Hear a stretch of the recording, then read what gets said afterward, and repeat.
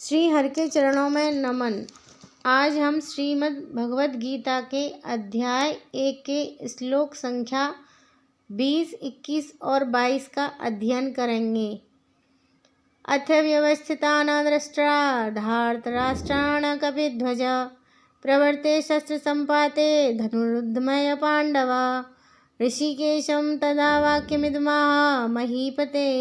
अर्जुन उवाच सैनयोरुद्वयोर्मध्ये रथं स्थापयामि अच्युत यावदेतानिरीक्षेणं योद्धुं अवस्थितान् कैमर्या स योध्यमनिवस्मरण्यं समोध्य मे। पिछले श्लोक में हमने देखा कि पांडव सेना की शंखनाद की गूंज सिर्फ ध्वनि ही नहीं थी, बल्कि अपने संकल्प, स्पष्टता और एकता की गूंज थी। वह एक ऐसी हुंकार थी जो दुर्योधन के मनोबल को हिला दे, और उस ध्वनि के बीच एक योद्धा जो अब तक शांत था, मानो जैसे उसकी आत्मा कुछ कहना चाहती है लेकिन सही समय का इंतजार कर रही हो, और अब वह समय आ चुका है। जिसकी आत्मा कुछ कहना चाहती है वह है अर्जुन। अर्जुन जिसका रथ हनुमान जी से अलंकृत था। उन्होंने कौरव सेना को व्यवस्थित रूप में देखा और अपना धनुष उठाया और ऋषिकेश यानी श्री कृष्ण से कुछ कहने को तैयार हुए।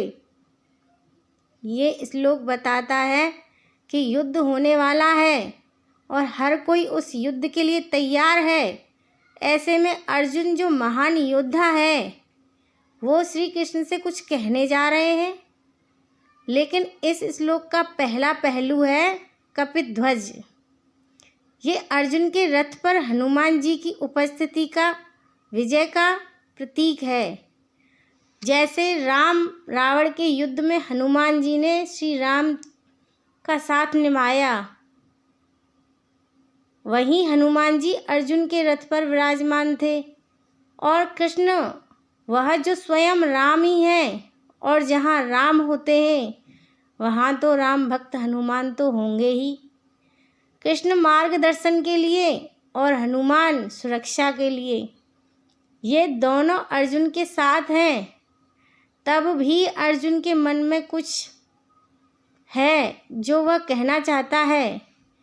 वह श्री कृष्ण से कहते हैं कि हे अच्युत, मेरा रथ दोनों सेनाओं के बीच इस तरह स्थापित कीजिए ताकि मैं इन सब महायोद्धाओं को ध्यान से देख सकूं जो युद्ध के लिए उत्सुक होकर यहाँ आए हैं, ताकि मैं जान सकूं कि इस महायुद्ध में मुझे किन के साथ लड़ना पड़ेगा।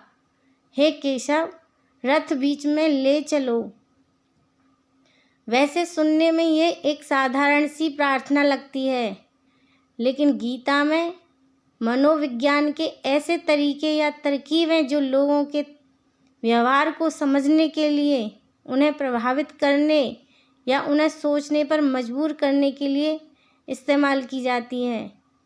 ये एक ऐसा तरीका है जो अपने दुश्मन को समझना चाहते हैं, क्योंकि उनके लिए ये एक धनुष और तलवार का युद्ध ही नहीं, एक मानसिक युद्ध भी है। और ये अर्जुन ने कृष्ण का अच्युत कहना, इसका मतलब है कि जो कभी गिरता नहीं, जो हमेशा स्थिर रहता है। इसका मतलब जब तुम खुद भावनात्मक हिल रहे होते हो, तब तुम्हें ज़रूरत होती है एक ऐसे दोस्त या मार्गदर्शक की जो तुम्हें बुरी से बुरी स्थिति में भी स्थिर रख सके।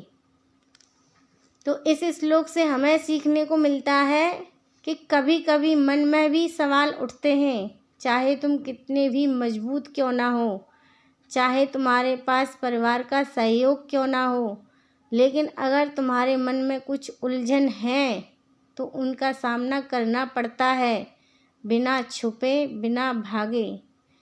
सही सवाल वही उठाता है जिसका मन सच्चा होता है।